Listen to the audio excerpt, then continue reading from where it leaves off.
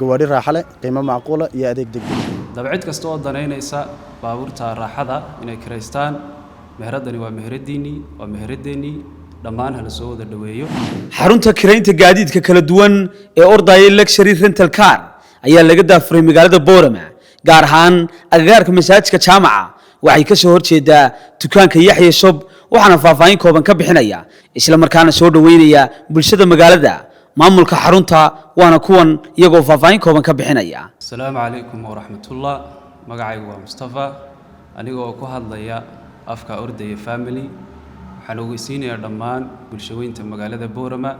inaan idin daafurnay meherad cusub oo ah baabuurta kirooyinkooda noocyadooda kala duwan sida wantanka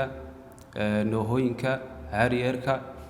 iyo baabuurta kale ee VIP-da meheradu waxay ku taalaa ka soo horjeedka miski jaamicii hore ee Boorama ama waxay saaran tahay wadada loo yaqaan wadada Sayliciga ee tagta hotelka weyn ee Safari dabcid kasta oo danaynaysa baabuurta raaxada inay kireystaan meheradani waa meheradeenii dhammaan hala soo wada dhaweeyo wixii faahfaahina waxaad nagala soo xiriiri doontaan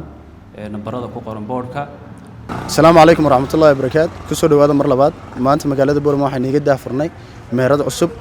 ordaya rental cars oo inii haysa gawaaridii ugu dambeeyay oo ka mid yihiin wantan noohadii harrierkii macaamiisheedii hore iyo kuwa dambaba waxaan la socodsiinaynaa inaan meherada cusub iniga furnay ka soo horjeedka Yaxya ama wadada tagtay Saylici ee masaajidka agteeda miski jaamac adeegyada naga helaysaan waxa kamid ah gawaari raaxo leh qiimo macquul ah iyo adeeg degdeg ah.